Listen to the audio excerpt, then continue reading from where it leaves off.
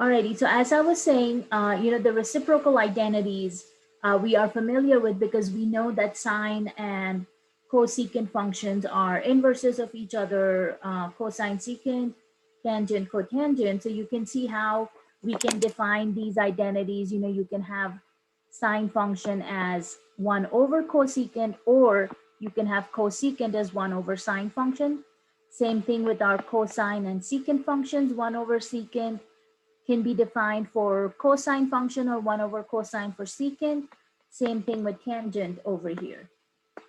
Now, when we had actually talked about the SOHCAHTOA functions, since we had mentioned that the tangent function is opposite over adjacent, and, normally we define the sine function as opposite over hypotenuse and the cosine function as adjacent over hypotenuse. So the O, the opposite, is associated with the sine function, and the adjacent is associated with the cosine function.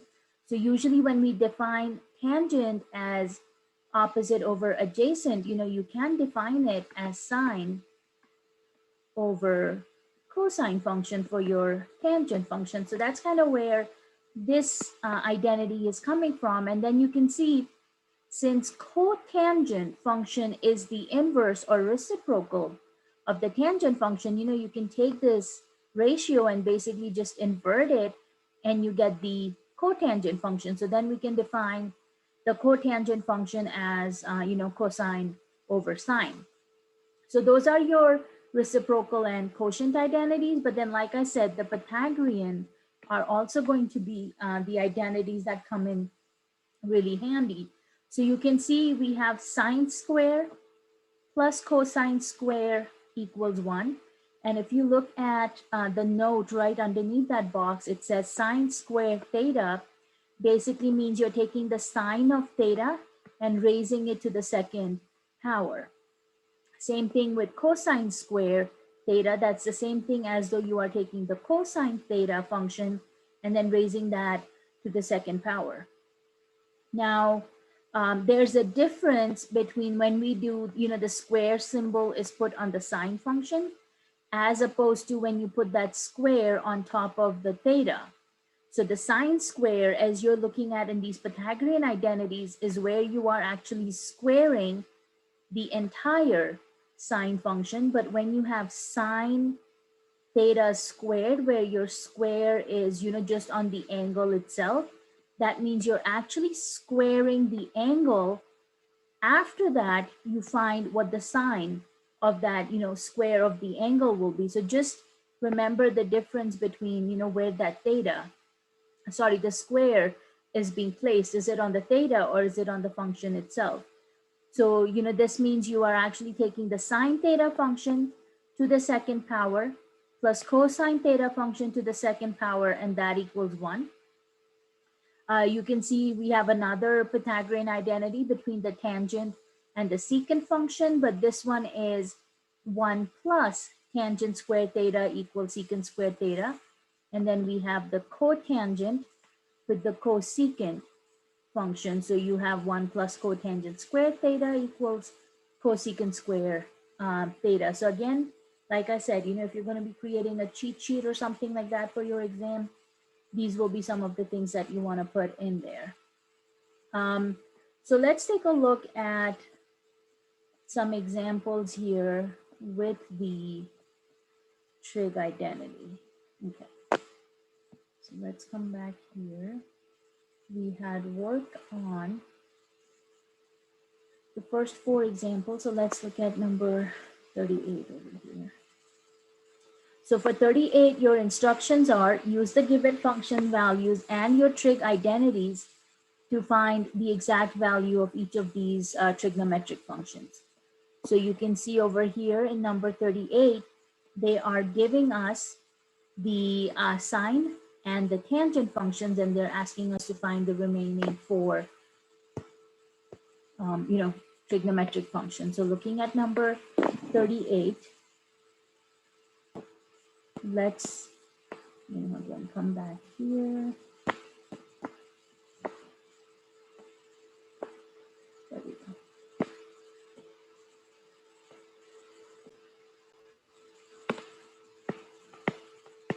So we are given sine of 30 is 1/2.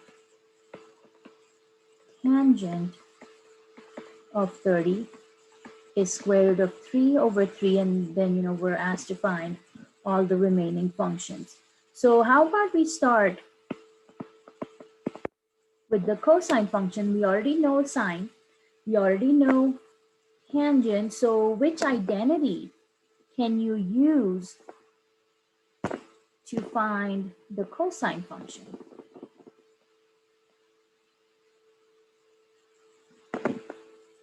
What do you think would make sense here to find the cosine function?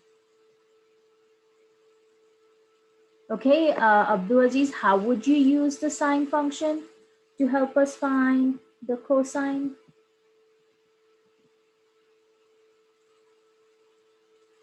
Okay, remember 1/sine actually gives you the cosecant function, right? So yeah, if you want to do the cosecant function first, that's okay. We can definitely find the cosecant, but remember sine, just 1/sine is not going to help you find the cosine function. So if you want to do the cosecant, which is 1/,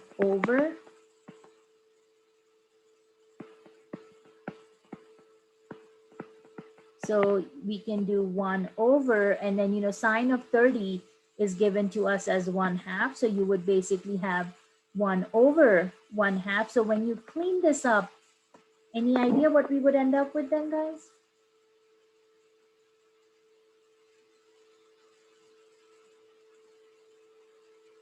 So 1 divided by 1/2, what do you think that will end up becoming?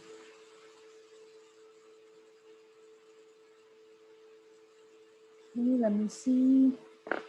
Abdulaziz, yeah, very nice. Because technically you are doing 0, very good. When you are given 1 divided by 1/2, you can rewrite that as 1 multiplied, and then invert that second fraction, so it becomes 2/1. So it ends up becoming 2. Alicia, very nice, very good. Alrighty, so we're done with the cosecant function. What do you want to do next? Do you still have an idea what you're going to do with cosine, or you want to find one of the other missing functions? So since you already have the tangent and the sine, could you do the quotient identity where tangent equals sine over cosine? Very nice. Yeah, exactly. So that's where you want to go. Very nice, Katie. So we will use our quotient identity. Come back over here. So for the cosine function, let's okay, so tangent of 30 degrees can be defined as sine of 30 degrees divided by cosine of 30 degrees. So you know how with equations, if you had y equals 3/x, let's say, and we wanted to get x by itself, we can go ahead and multiply x on both sides and then divide both sides by y, and you would be able to basically switch the places between your x and y functions, and you would have x equals 3/y. So you can actually use the same concept with your tangent equals sine over cosine, because we are trying to find the cosine function. So you can most definitely, rewrite this ratio over here using this idea. So basically, what you would end up getting over here is, we would multiply both sides of our function by cosine. You know what? Let me move this from here. I need a little bit more space. Okay. So tangent of 30 degrees equals sine of 30 degrees divided by cosine. So you can basically multiply both sides by cosine of 30. So it would cancel out on the right-hand side. And then you are left with cosine of 30 degrees multiplied by tangent of 30 degrees equals sine of 30. And then like I told you, divide both sides by tangent of 30. And you can rewrite that quotient identity as cosine of 30 equals sine of 30 divided by tangent of 30. And then we are told sine is 1/2. Tangent was square root of 3 over 3. So when you clean this up, what do you think you will end up getting for this cosine of 30 degrees?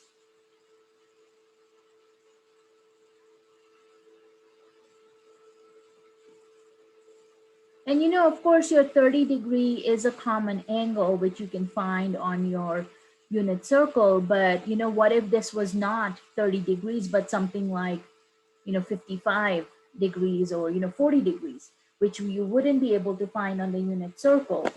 So just make sure you understand the process, even though the angle is a common angle. Alrighty, so I had square root of 3 over 2 in the chat from Billy. Okay, so again, guys, what you are basically doing is we're taking the number on the numerator, which is 1/2, dividing it by our denominator, which is square root of 3 over 3. Hero, very nice. So the first fraction stays the same. Change the division to multiplication, and then you can invert your second fraction, the one in the denominator. So here you will see,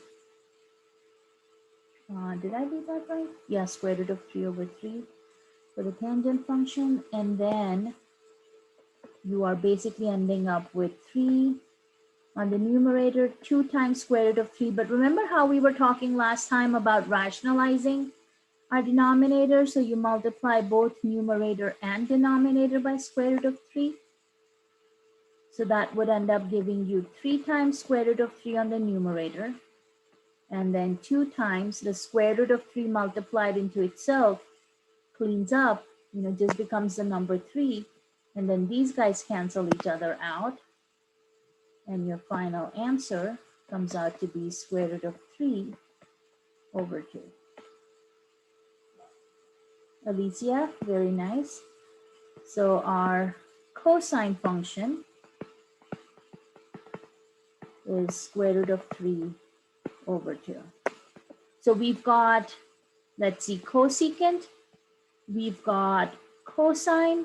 So that leaves us behind with secant at 30 degrees and then cotangent at 30 degrees. So can you tell me what our secant at 30 degrees is going to come out to be?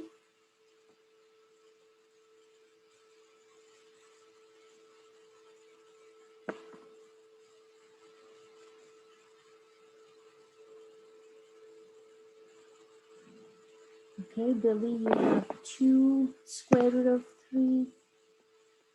So cosine is, of course, the inverse function for the secant, or you can think of secant as being the inverse function for cosine. So remember, this is where if you want to do it with the identity route, of course, you would do 1 over cosine of 30. So basically, you would end up with square root of 2 over square root of 3. But again, remember, you need to rationalize this denominator. So 2 square root of 3 over 3 for the secant function.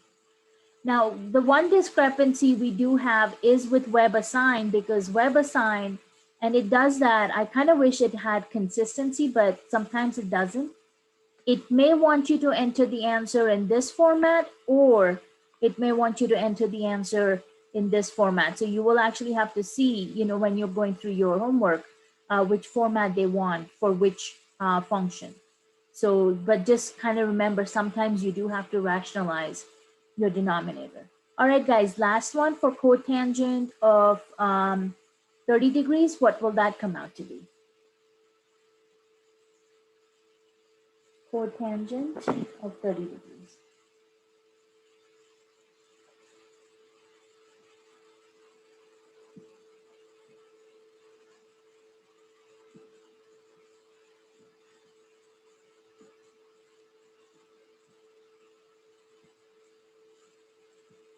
So since cotangent is the inverse function for tangent, what will you have?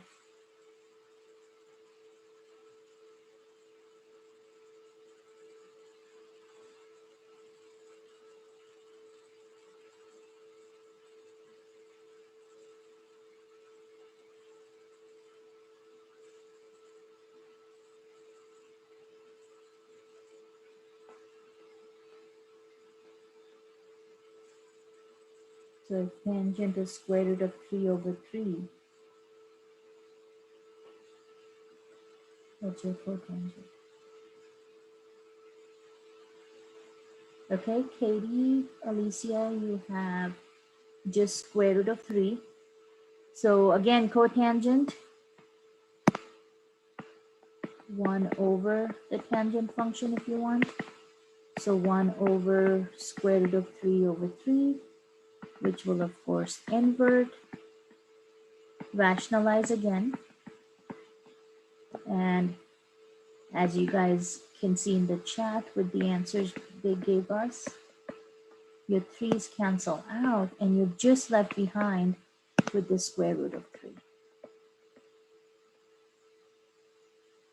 Alrighty, very nice. So you can use this idea over here. Remember with the cotangent, secant, cosecant, if you don't want to use the trig identities, you can use the techniques we saw in section, I think 1.2, where you just basically take the reciprocal of your ratio for the secant, for the sine, cosine, and tangent functions, and come up with your reciprocal functions that way. So various different techniques that you can use in this example. Alrighty. So now, this was one type of example where they may ask you to use the trig identities, but the other type of example can actually just be where they are asking you to rewrite in general terms, kind of like something like this, where they're saying, use the trig identities to transform the left-hand side of your equation into the right-hand side. So you're not really using specific angle measurements. You can see how you are given sine of theta multiplied into cosecant of theta, and we have to show that it equals 1. Or when you are given these two factors that are being multiplied together, and then you have to show it equals 1. So again, if you look at the video lecture, then you can see how we went through the process of coming up with these types of examples over here. So that's the next thing we want to look at, the next type of example. So let's see, that's 46.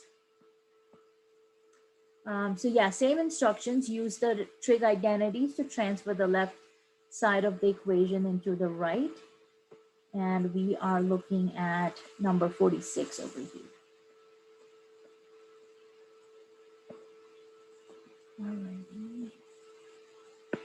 So 46, as you can see, is given to us as cotangent of alpha multiplied with sine of alpha, and we have to show that when you multiply the left-hand side, it will come out to be the right-hand side, which is cosine of alpha. So let's take a look at how we can use these identities to help us out. So this guy is 46. Cotangent of alpha times sine of alpha equals cosine of alpha. So I'll give you guys a second to think about this, and here are your trig identities again. Any ideas on how we can multiply cotangent with sine to get cosine?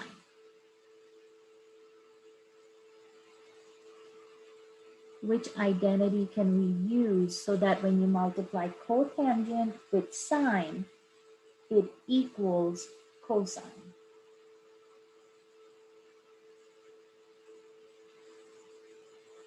Okay, let me see. Abdulaziz, you've got cosine over sine multiplied by sine. Very nice. You are actually using to rewrite the cotangent function by using this quotient identity over here.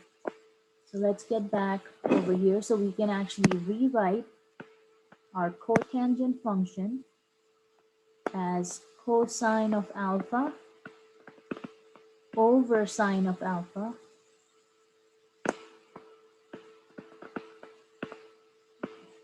And then when you multiply it with sine of alpha, which is given to you over here. Now, since there's no denominator, just like you do in algebra, you can think of this as having a denominator of 1. And then, as you can see, I have a sine of alpha in the denominator, sine of alpha in the numerator. They cancel each other out. When you clean up the left-hand side, you get cosine of alpha equals cosine of alpha. And we have shown, how the left-hand side can be changed into the right-hand side. Does that kind of seem to make sense here, guys? How we're using the trig identities?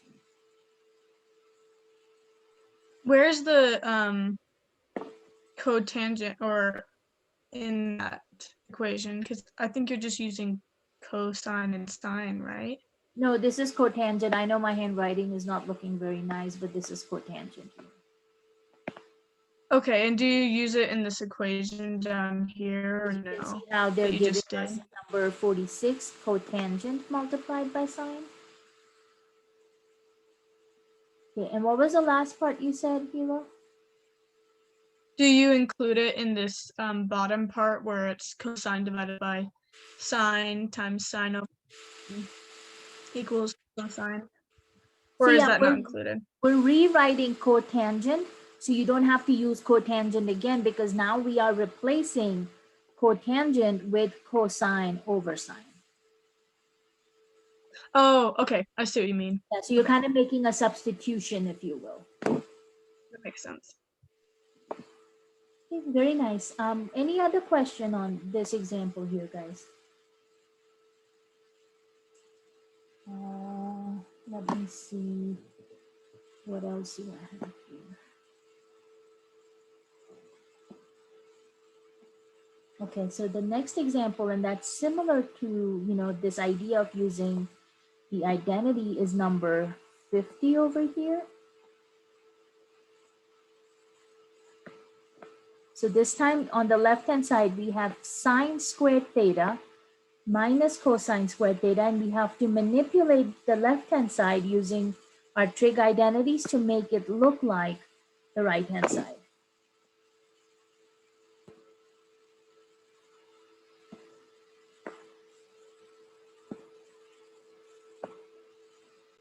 Let's go ahead and write this guy down.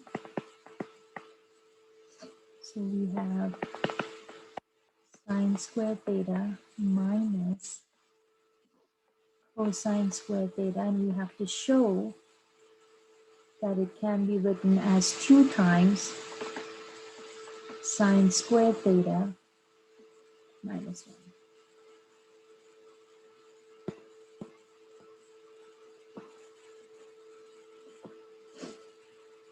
So again, looking at the left-hand side, what identity can you use so that we can get our left-hand side to look like the right-hand side?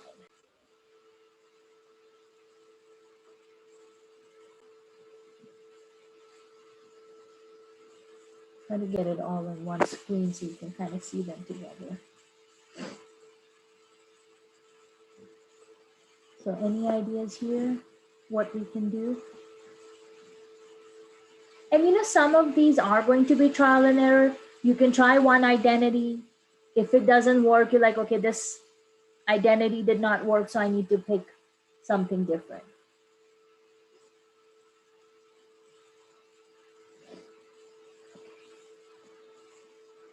Let me see.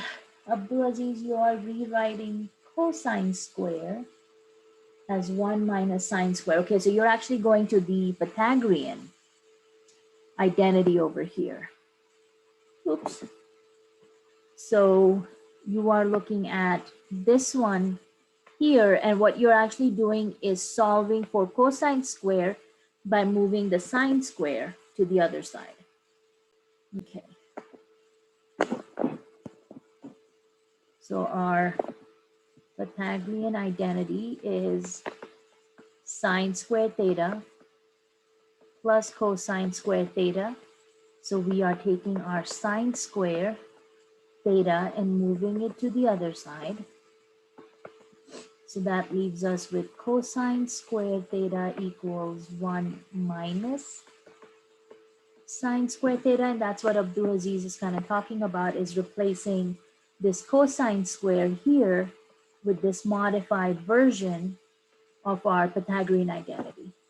So if we use that, your sine square at the beginning would stay the same. You have minus, but since I'm replacing my cosine square with, two terms, the binomial term, 1 minus sine square, let's put that in parentheses. So 1 minus sine squared theta, and of course, we're trying to match the right-hand side. So again, guys, very much like you do in algebra, since you have a negative sign outside of that parentheses, go ahead and distribute that negative inside. So then we are left with sine squared theta, negative 1, negative and negative, this guy will become positive. Sine squared theta, and of course, we're still trying to match the right-hand side. So you can see we're almost there, because now you have sine squared theta and sine squared theta. It's kind of like having x squared minus 1 plus x squared. So these are the same terms. So you can combine them together, and that becomes 2x squared, and then you're left behind with minus 1. So you're using that same concept over here with your sine squared theta. So we can combine these two guys together. 1 plus 1, 2, sine squared theta minus 1, and that's exactly the same thing that we had on the right-hand side.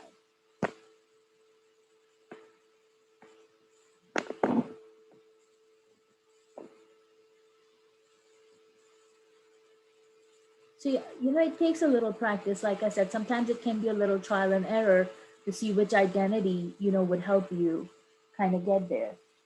So question on this example over here.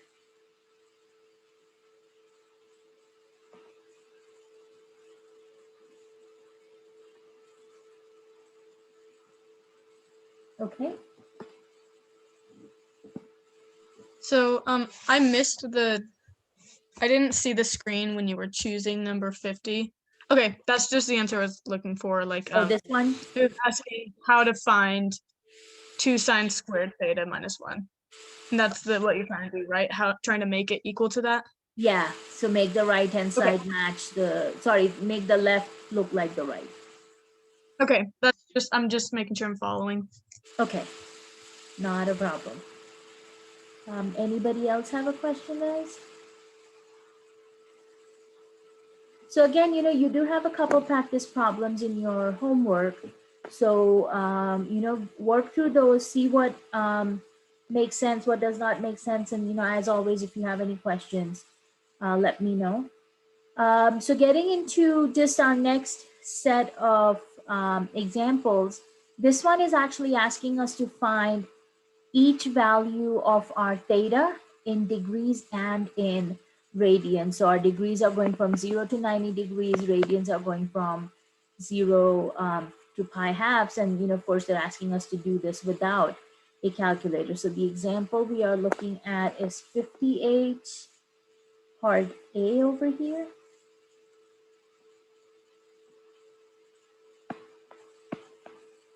And if you can do part A, hopefully you can do part B, but just to save time, I just pick, one of these. So again, they're actually asking us to find the angle measurement in degrees and in radians. And, we're kind of keeping it in the first quadrant since we are doing this between 0 to 90 degrees and 0 to pi in the radian measurement. Okay. Again, let's get back here.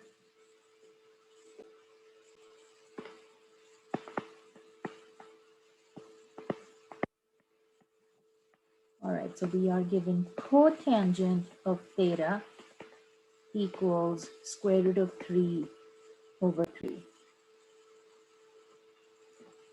So just in general, you know cotangent is given to you. We are trying to find that angle measurement, but where would you kind of start?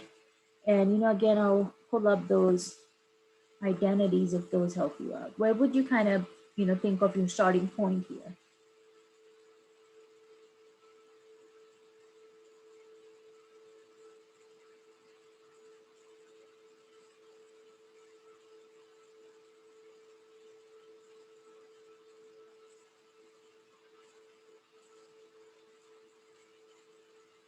Okay, sine and cosine functions. So are you kind of thinking of the quotient identity, Abdulaziz? With the cotangent of theta equals cosine over sine?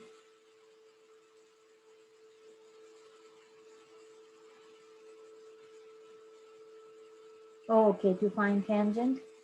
Okay, so you can actually start with the reciprocal identities, because if cotangent is square root of 3 over 3, then of course we know by inverting that ratio we can get the tangent function. So you can do again rationalize that denominator, and you end up with 3 times square root of 3 over 3. So these guys will cancel out, giving you square root of 3. So do you know where the tangent function is equal to square root of 3 at? And I don't think I opened my unit circle today. 60 or pi over 3, yeah, very nice. Because if you take this angle measurement over here, and remember, as I told you, we are staying within that quadrant 1. So if you take the ratio of sine over cosine, eventually when you clean it up, sorry, I wrote that incorrectly. Sine over cosine would be square root of 3 over 2 times 2.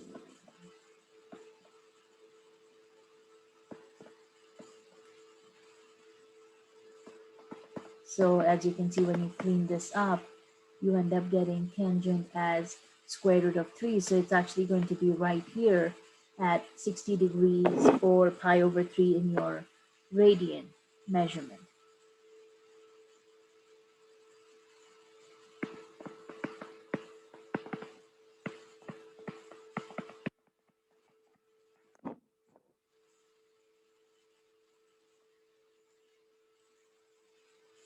Okay.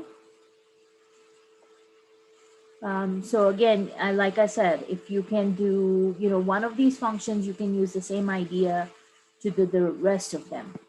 So just another example, falling back on these trig identities. Now your 60 and 62, as you can see over here, they're asking us to find the exact values for our variables. So, your variables can be x and y, r and x over here, or I had example 62.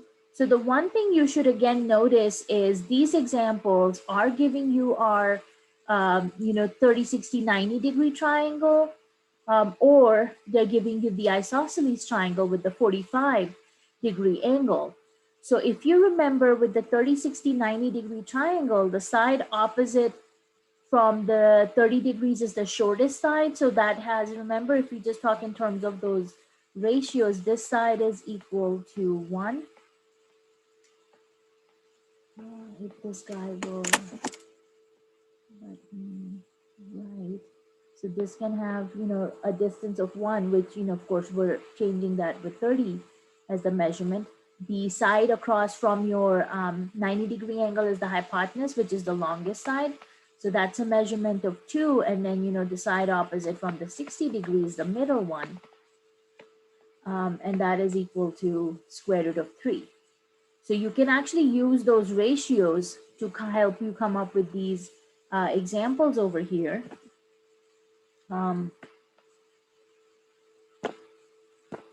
Same thing if you try to use this with the 45-degree isosceles triangle, and I think this was section 1.2 if I'm not mistaken. So this will be 45 degrees, which means this side is going to be equal to this side. So in ratios, remember these are both 1 and 1. So if this is a measurement of 20, this guy will also be a measurement of 20, and then your hypotenuse is equal to the ratio of square root of 2.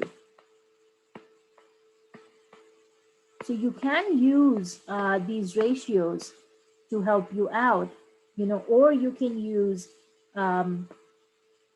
the first part we had seen. Come on,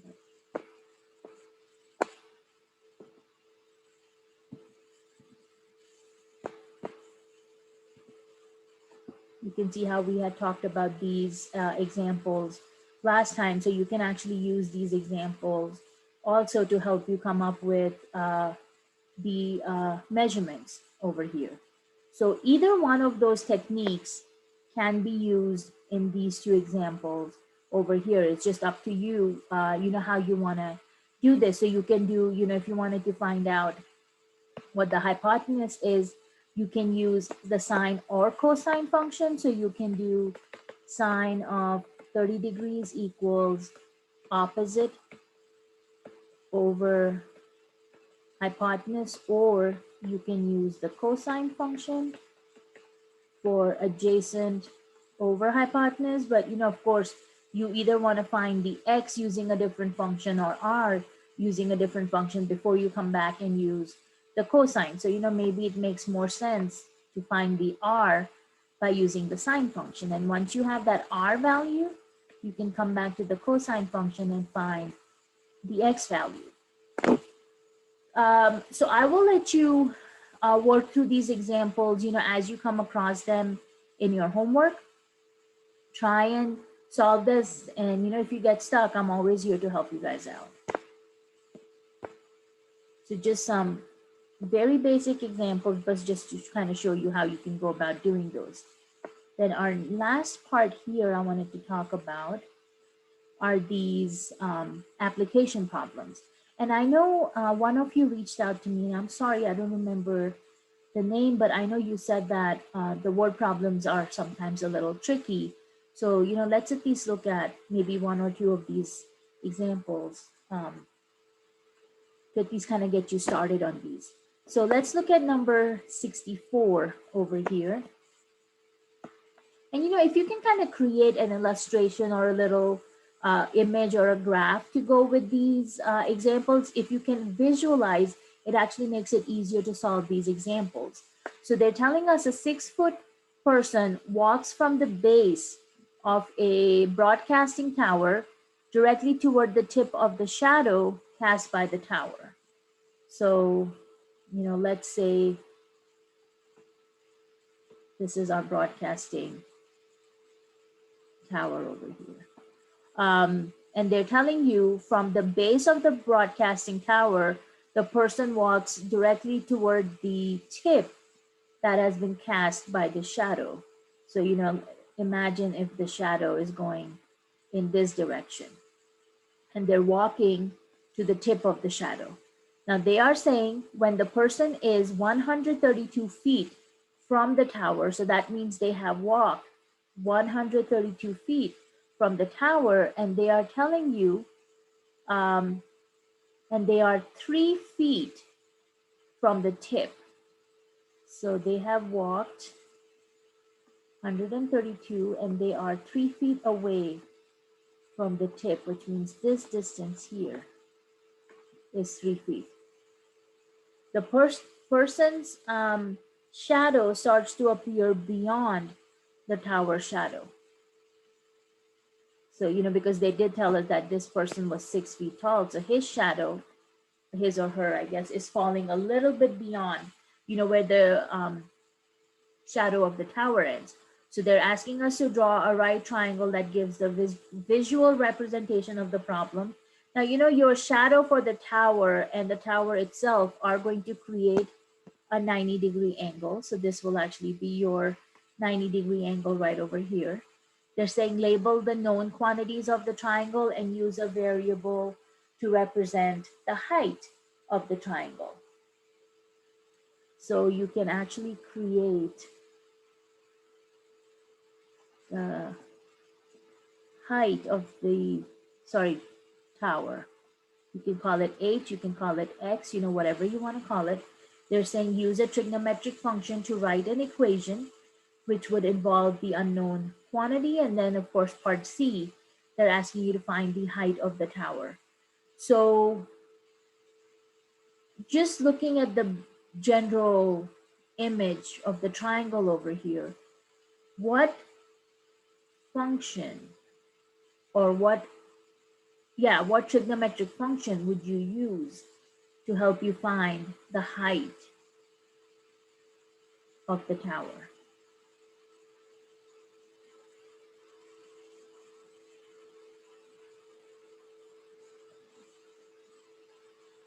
Tangent. Okay, so tangent would need opposite over adjacent. We know the adjacent side because, if you are, let me see, maybe I'll use this. So if you think of this as being our angle over here, then this, of course, the 132 plus the 3 feet ends up becoming our adjacent side. And of course, the height of the tower itself ends up becoming your opposite side. So yeah, tangent function would work. And then what else would we need to find the height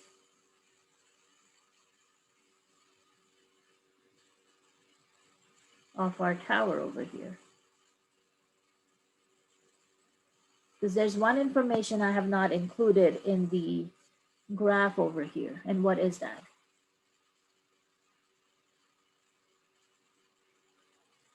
We know he walks from the base, and I'm just calling him he. Yeah, we will not know what the angle measurement is because there's just not enough information to help us find the angle measurement. So we will not be able to use a specific value for the angle, but we do have enough information over here.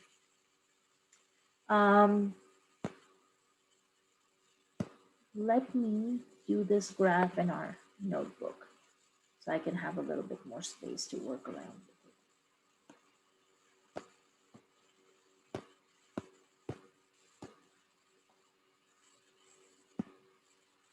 Okay.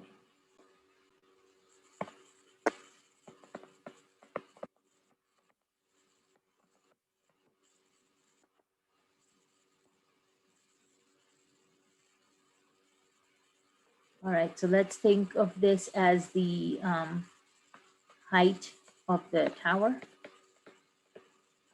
We know this person walks from the base of the tower towards, the tip of the shadow. We know they walk 132 feet, but they are still 3 feet away from the tip of the shadow.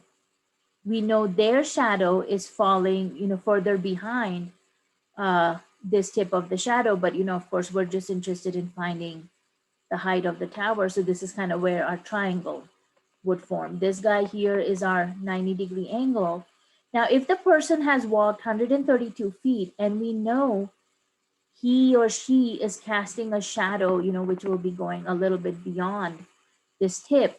So that 6-foot person is basically creating this height over here. So if you guys remember, you would have done these homework, I think in 1.1 where we talked about those equivalent triangles. So you know how the ratios will match from the smaller triangle to the larger triangle. So you're actually using that concept over here. So you can actually use, and I think it was Abdul Aziz that had the tangent function. So, if this is our angle theta, that angle theta is going to be the same angle for the smaller triangle as it will be for your larger triangle. So the idea here is you would do tangent of theta with the smaller triangle that would be opposite over adjacent. So that would be the 6 foot for the opposite, the 3 foot for the adjacent side. But if we project this to the larger triangle with that same angle theta, your opposite side would be the height of the tower. And then what would our adjacent side be for the larger triangle? What's the measurement of your adjacent side for the larger triangle? Is it 132 feet? Wouldn't it be 135? Very nice, Scotty. Yeah, because you have to take the entire length, right? Because if you are only taking 132, then technically your triangle would be starting over here. And, obviously that is not the case. So you actually need to add the 132 and the 3 feet.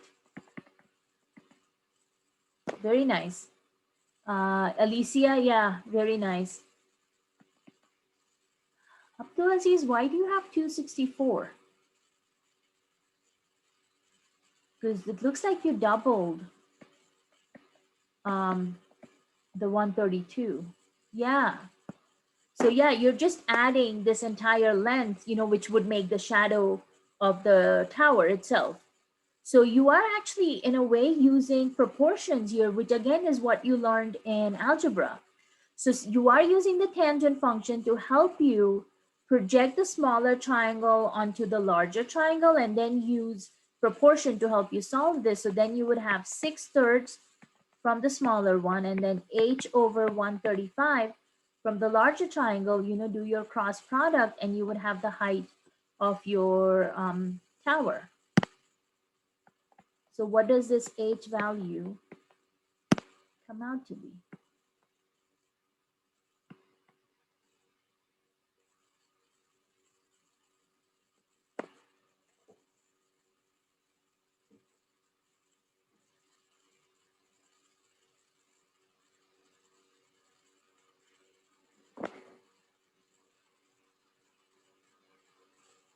Okay, let's see.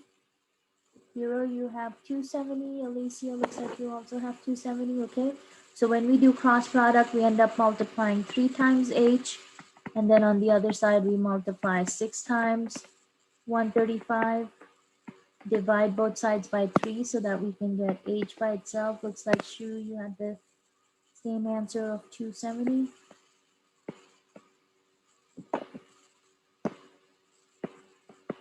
So let's see.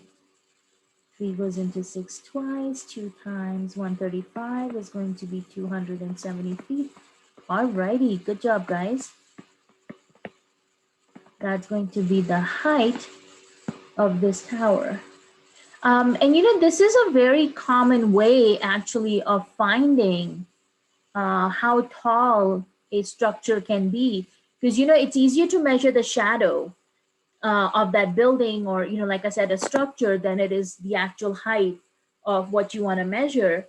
And then using this idea that the shadow and the structure itself are making that 90-degree angle, you can come up with what the height, at least an approximate height of what that structure is going to be. So this is a really neat example. And here are just other versions that I had kind of highlighted. So you can see with number 66, they're saying a biologist wants to know what the width of the river is. So they're actually finding this here. So they want to know what the width of the river is. From point A, the biologist walks downstream 100 feet. So, he has walked in this direction, he or she again. And then they are looking at, that site C on the other side of the river, and the sighting is helping them determine that the angle from where they are standing is 54 degrees. So you have this angle over here. You have your, with respect to that angle, you have your adjacent side, and you're trying to find the opposite side. So again, what trig function does that seem like? Which trig function would you use in this example to help you find the width of the river?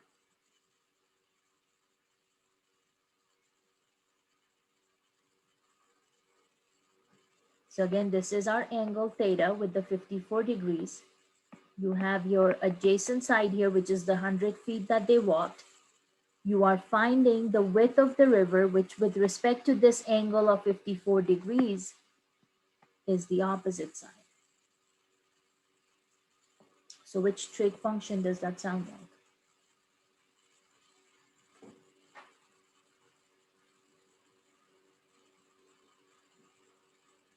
Yeah, adjacent and opposite, right? The only function where both of those sides are being used is the tangent function. So again, you would do tangent of 54 degrees, which is opposite over adjacent. And, of course, tangent of 54 degrees would then be opposite side is W, which is the unknown. Adjacent side is the 100 feet. So to find the W, you can go ahead and multiply 100 on both sides. Of course, it cancels out from the right-hand side, and then you are left with 100 times, whatever tangent of 54 degrees will come out to be, equal to W. Now, you will need to put this in your calculator to come up with the answer.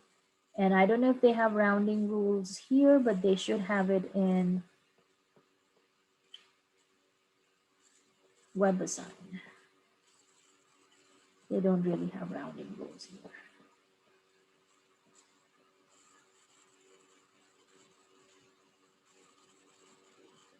Let's do 2 decimal places. 3 is fine, Trent. So you came up with 137.638. Did anybody else get that answer, or did you have a different answer than what Hero has sent us on the chat?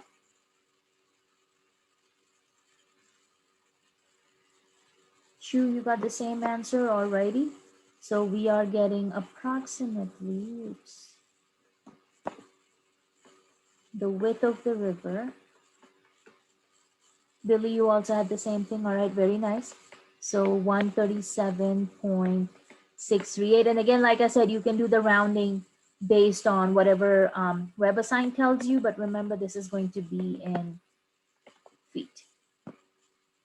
So, look at, if you have an illustration, use that. If you don't have an illustration, make one so you can see with the right triangle, which sides do we know, which angle do we know, and then based on that, you can come up with your function. Do I use sine, cosine, or tangent? Or, do I need to use Pythagorean theorem before I can use any of the trig functions? Okay, and then just to kind of walk you through this last example here,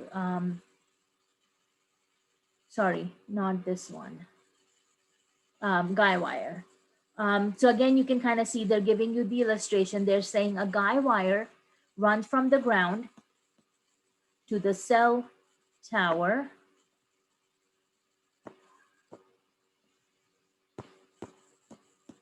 Okay, so, of course, we're talking about this wire over here. They're telling you the wire is attached to the cell tower, 150 feet above ground. So you can see that's the measurement over here. The angle formed between the wire and the ground is 43 degrees. So we have this angle over here. Now they actually want to know how long is the guy wire. So they actually want to know the length of the guy wire, at least for part A. What's part B? How far from the base is it attached? So the second part is then asking us to find the distance on the base.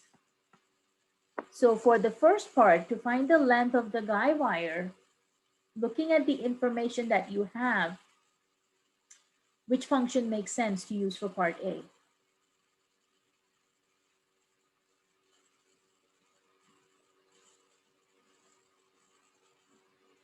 The sine function, Abdulaziz? Okay, so we are given the angle theta, which is 43 degrees. We have the opposite side from that angle theta. The length of the guy wire is your hypotenuse for the triangle. And of course, the base measurement from the bottom of the cell tower to where the guy wire is attached on the ground, that of course forms the adjacent side. So if you want to find the length of the guy wire, then you have to use the sine function, because the sine function is defined as opposite over hypotenuse. So then you would do sine of 43 degrees equals opposite is 150. We don't know what the hypotenuse is. So, of course, you would need to manipulate this function, get L by itself on one side, move everything else on the other. So what will that come out to be? The length of your guy wire. And this will also be in feet.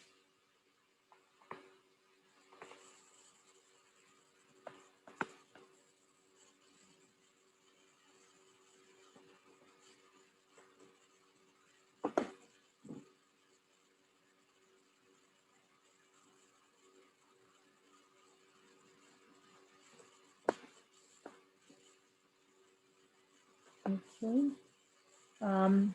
So to get length by itself, basically we had done this previously in one of our initial examples. You will need to switch the places between the length and the sine function. So once you rewrite that ratio, you should have 150 divided by sine of 43 degrees. And then let's see, Hero and Billy, you guys came up with 102.3. Scotty, you've got 219.94. Okay, make sure, guys, if your calculator is not in the right mode, that can create an error, and you're saying you multiplied sine by 150. Yeah, so Scotty, Katie, Shu, that is the right answer. Your length of the guy wire is approximately 219 point, let's see, what do you guys have, 94?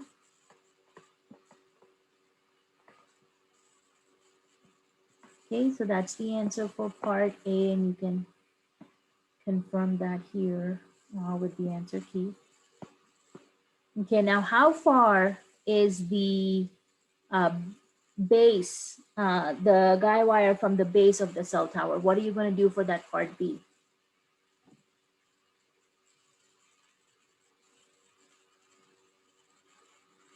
Which function would you use to find that base measurement?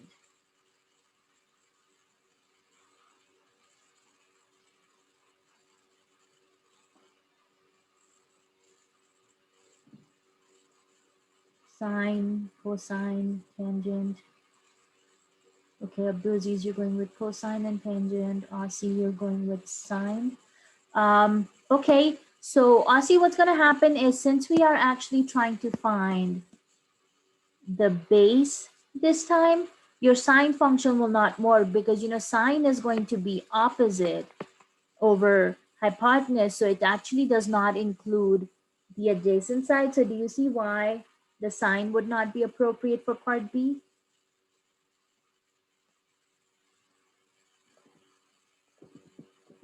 So yeah, as Abdul Aziz had, you either want to use the tangent function, or you can use the cosine function. I would actually recommend to use the tangent function, and the only reason for that is,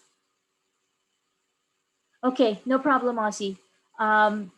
The reason I would not use the cosine function is because we just found what this hypotenuse or the L measurement is, and since this is a rounded answer, because we had to take an approximate answer for the 219.94. If you want to avoid like rounding errors, it would help to actually just stick with the tangent function. Then you can do tangent of 43 degrees, which would again obviously be opposite over adjacent. And that way we are avoiding using the hypotenuse for our triangle. And then we don't have to worry about approximate calculation. So then you would have tangent of 43 equals 150 over our unknown base b. Again, you would need to switch the places with your base and the tangent function so that you can calculate what that measurement is. So what is your b value coming out to be?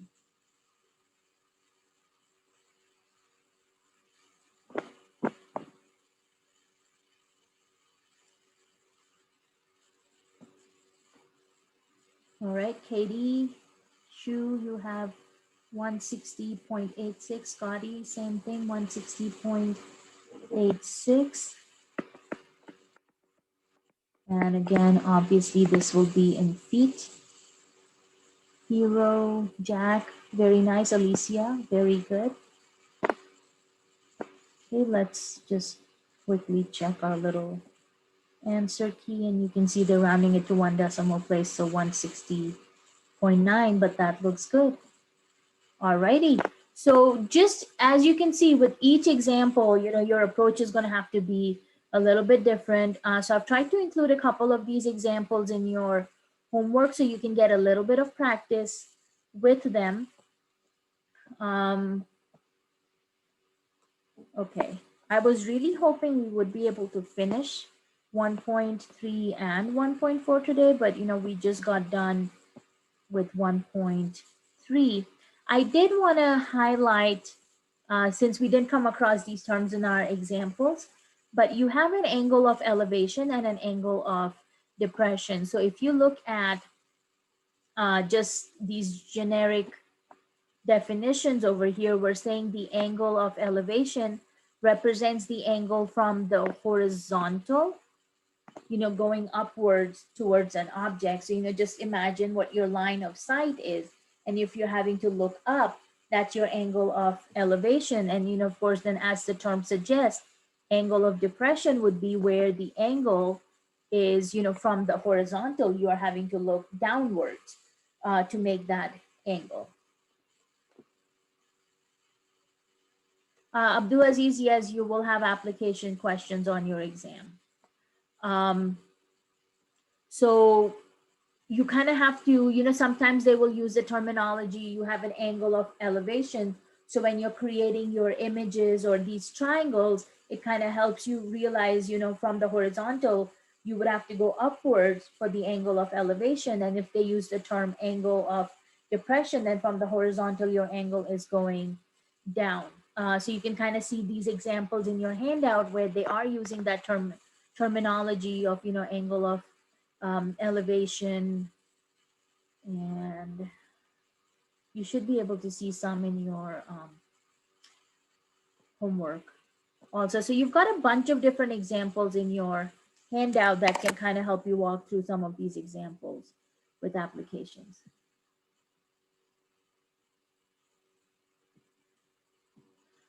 So Hero, there's a combination of all types of questions that you see in your homework problems and your quizzes. So there will be similar type of questions that you are seeing in your homework and the quiz. So some of them can be multiple choice.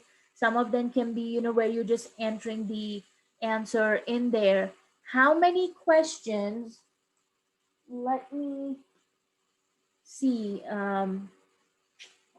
Normally, since you guys are a shorter class, I try to stick with a small number, but trying to see what I have in my draft over here.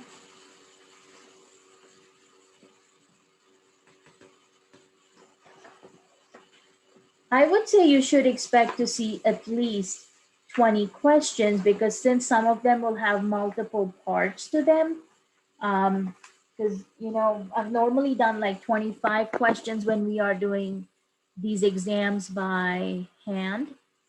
Because I can type up those questions and I don't have to put the multiple parts.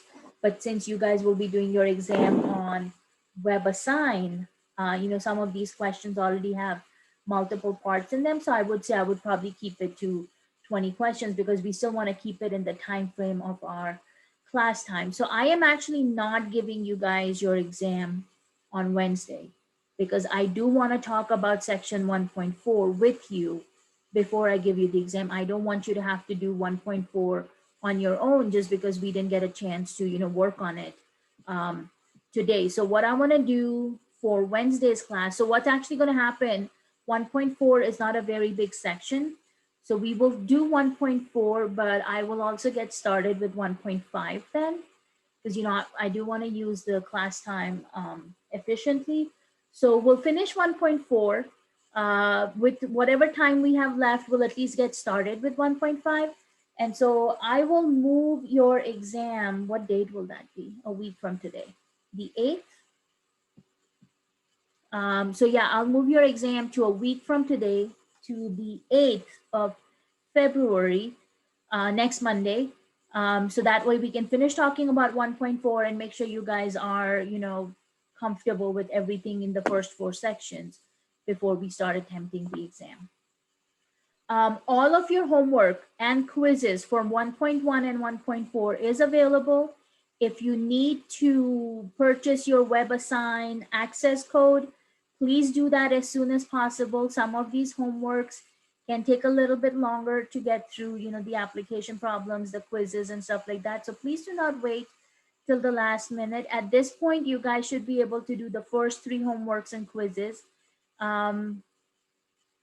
Yeah, I will extend the homework deadline through next Monday. So it's not due on Wednesday, because that would just be evil.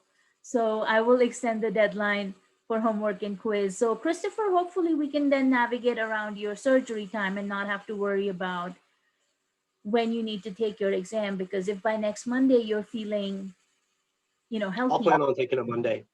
yeah, so then we don't have to worry about having you worry with the surgery and everything.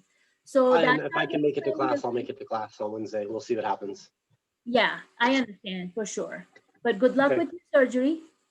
Thank you. And then guys, I will see you on Wednesday morning. If you have any questions, stay back or shoot me an email. So be careful, guys. Stay careful, be safe, and I will see you Wednesday morning. Take care, everyone. Thank you. Thank you. Miss, I I had a sent quick you an email. question. Oh, go ahead, please. Okay, Oh, sorry. go ahead.